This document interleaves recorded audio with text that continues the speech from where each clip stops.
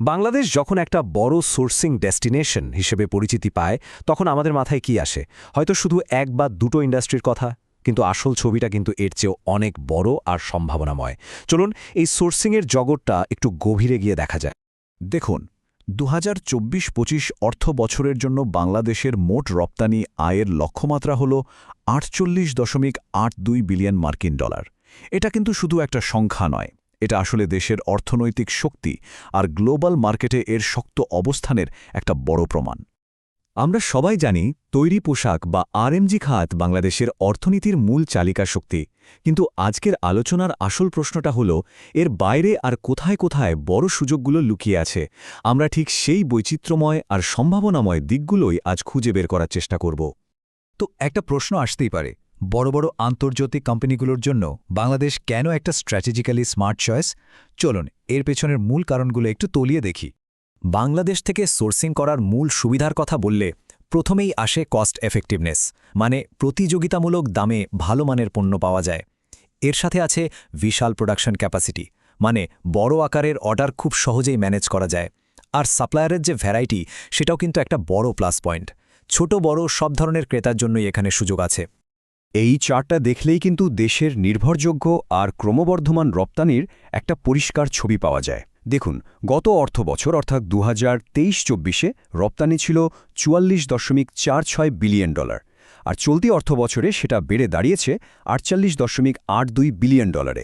এই যে ধারাবাহিক গ্রোথ, এটাই কিন্তু একটা স্থিতিশীল আর পরিণত সাপ্লাইয়ের ইকোসিস্টেমের দিকেই ইঙ্গিত দেয়। এখনকার গ্লোবাল সাপ্লাই চেনে চায়না +1 বা এশিয়া ডাইভার্সিফিকেশন স্ট্র্যাটেজিটা কিন্তু খুব জনপ্রিয়। আর এই উক্তিটা ঠিক এটাই বলছে যে এই স্ট্র্যাটেজিতে বাংলাদেশ কতটা গুরুত্বপূর্ণ একটা ভূমিকা রাখছে। অনেক আন্তর্জাতিক কোম্পানি এখন তাদের প্রোডাকশনের ঝুঁকি কমাতে বাংলাদেশকে একটা নির্ভরযোগ্য অপশন হিসেবে দেখছে। আচ্ছা, চলুন এবার একদম নির্দিষ্ট করে দেখি কোন কোন পণ্য আর সার্ভিস বাংলাদেশ থেকে সোর্স করলে সবচেয়ে বেশি লাভজনক হতে পারে। বিশ্বজুড়ে বাংলাদেশকে মূলত পোশাক শিল্পের কেন্দ্র হিসেবেই চেনা হয়, কিন্তু সত্যি বলতে গল্পটা এর চেয়েও অনেক বড়। বাংলাদেশের রপ্তানির ঝুড়িতে এখন অনেক কিছুই আছে। চলুন পরের স্লাইডগুলোতে সেই সম্ভাবনাময় খাতগুলো সম্পর্কে জেনে নেওয়া যাক, যা হয়তো অনেকেরই অজানা। তালিকার ১ নম্বরে অবশ্যই আছে নিট আর ওভেন পোশাক, যা দেশের রপ্তানি আয়ের সবচেয়ে বড় অংশটা নিয়ে আসে। এরপরই আছে হোম টেক্সটাইল, যা বিশ্বজুড়ে ঘর সাজানোর জিনিস হিসেবে খুব জনপ্রিয় হচ্ছে। ৩ নম্বরে আছে পাট আর পাটজাত পণ্য। পরিবেশ বান্ধব হওয়ায় এর গ্লোবাল ডিমান্ড এখন কিন্তু তুঙ্গে। তালিকায় আরও আছে চামড়া ও নন লেদার জুতো এবং সিরামিক ও টেবিলওয়্যার, যেগুলো নিজেদের কোয়ালিটির জন্য বেশ পরিচিত। তালিকা কিন্তু এখানেই শেষ না। পরের ৫টি খাত দারুণ সম্ভাবনাময়। এর মধ্যে আছে ফার্মাসিউটিক্যালস, যা বিভিন্ন দেশের কঠিন মান নিয়ন্ত্রণের পরীক্ষাতেও পাশ করে রপ্তানি হচ্ছে। এরপর আছে কৃষি প্রক্রিয়াজাত খাবার, লাইট ইঞ্জিনিয়ারিং পণ্য আর প্যাকেজিং ও প্রিন্টিং সামগ্রী। আর সবশেষে ১০ম স্থানে রয়েছে আইসিটি এবং আইটি এনেবলড সার্ভিস বা আউটসোর্সিং, যা বাংলাদেশের ডিজিটাল অর্থনীতির এক উদীয়মান শক্তি। ৭০৩ মিলিয়ন মার্কিন ডলার। ভাবা যায় আইসিটি আর আইটি এনেবলড সার্ভিস সেক্টর থেকে বাংলাদেশের রপ্তানি আয় এখন এই পর্যায়ে পৌঁছেছে। এটা প্রমাণ করে যে বাংলাদেশ শুধু ফিজিক্যাল প্রোডাক্টের ক্ষেত্রেই না, ডিজিটাল অর্থনীতিতেও একটা বড় শক্তি হয়ে উঠছে। তো আমরা জানলাম কি সোর্স করতে হবে আর কেন করতে হবে, কিন্তু এত বড় একটা বাজারে ঠিকভাবে পথ চলার জন্য তো একজন অভিজ্ঞ গাইডের দরকার, তাই না? চলুন দেখি এই ব্যাপারে কারা বিশেষজ্ঞ সাহায্য দিতে পারে। এই টাইমলাইনটা দেখুন, এটা মোহাম্মদ জয়নাল আবদিনের দীর্ঘ আর সফল কেরিয়ারের একটা ঝলক। এফবিসিসিআই, এসএমই ফাউন্ডেশন এবং Dhaka chamber of commerce and ইন্ডাস্ট্রির মতো বড় বড় বাণিজ্য সংস্থায় তার গুরুত্বপূর্ণ ভূমিকা ছিল। আর এটাই কিন্তু এই ফিল্ডে তার গভীর অভিজ্ঞতা আর দক্ষতার প্রমাণ দেয়।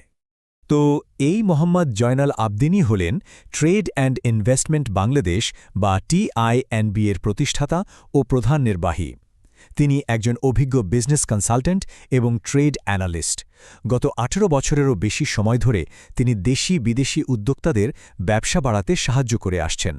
তার দক্ষতার জায়গাগুলো কিন্তু বেশ ইন্টারেস্টিং, যেমন ক্রেতা বিক্রেতার মধ্যে যোগাযোগ বা matchmaking, website development, digital marketing আর কোন দেশের বাজারে রপ্তানি করলে ভালো হবে তা খুঁজে বের করা। এই পরিসংখ্যানগুলো তার প্র্যাকটিক্যাল স্কিলেরই পরিচয় দেয় আর দেখায় যে তিনি কিভাবে ক্লায়েন্টদের জন্য রিয়েল রেজাল্ট নিয়ে আসতে পারেন। আচ্ছা, তো এই সব দক্ষতা আর অভিজ্ঞতা কিভাবে একটা বিজনেসের জন্য বাস্তব সমাধানে পরিণত হয়? আর টিএনআইবি ঠিক কিভাবে তাদের ক্লায়েন্টদের গ্রোথ পার্টনার হিসেবে কাজ করে চলুন সেটাই এবার দেখা যাক। দেখুন, বাংলাদেশ থেকে সোর্সিং করার সময় কিছু সাধারণ ঝুঁকি তো থাকেই, যেমন ভুল সাপ্লায়ার বেছে নেওয়া, পণ্যের কোয়ালিটি ঠিক না থাকা বা কমপ্লায়েন্সের সমস্যা। টিএনআইবি ঠিক এই ঝুঁকিগুলো কমানোর জন্য কিছু নির্দিষ্ট সমাধান দেয়, যেমন সাপ্লায়ার ভেরিফিকেশন, কঠোরভাবে কোয়ালিটি কন্ট্রোল করা আর পুরো প্রক্রিয়াটা খুব ভালোভাবে যাচাই বাছাই করা। টিআইএনবি একটা খুব গোছানো আর পরিষ্কার প্রক্রিয়ার মাধ্যমে ক্লায়েন্টদের সাহায্য করে। এই প্রক্রিয়াটা শুরু হয় সঠিক সাপ্লায়ার খুঁজে বের করার মাধ্যমে। এরপর হয় ম্যাচমেকিং আর আলোচনা, স্যাম্পল বা নমুনা ম্যানেজ করা, প্রোডাকশন ফলো আপ করা এবং সব শেষে লজিস্টিক সাপোর্ট দেওয়া। এই যে স্টেপ বাই স্টেপ অ্যাপ্রোচ, এটাই পুরো প্রক্রিয়াটাকে অনেক সহজ আর নির্ভরযোগ্য করে তোলে। এটা শুধু মুখের কথা না, যারা সার্ভিস নিয়েছেন তাদের অভিজ্ঞতাও কিন্তু একই কথা বলে। ক্যানভিস ইনকর্পোরেটেড কানাডার সিইওর এই কথাটাই টিআইএনবি এর পেশাদারিত্ব আর কার্যকারিতার একটা বড় প্রমাণ।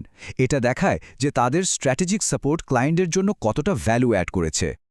তো যারা বাংলাদেশে সোর্সিংয়ের সুযোগগুলো নিয়ে সিরিয়াসলি ভাবছেন আর পরবর্তী পদক্ষেপ নিতে তৈরি, তাদের জন্য এখানে যোগাযোগের সব ডিটেলস দেওয়া হলো।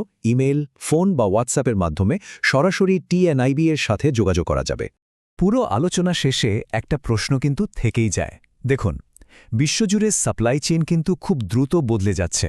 এই সময়ে বাংলাদেশের মতো সম্ভাবনাময় নতুন বাজারগুলো এক্সপ্লোর না করাটাই কি একটা বিজনেসের জন্য সবচেয়ে বড় ঝুঁকি হয়ে যাচ্ছে না? উত্তরটা হয়তো আমাদের সবাইকে একটু ভাবতে বাধ্য করবে।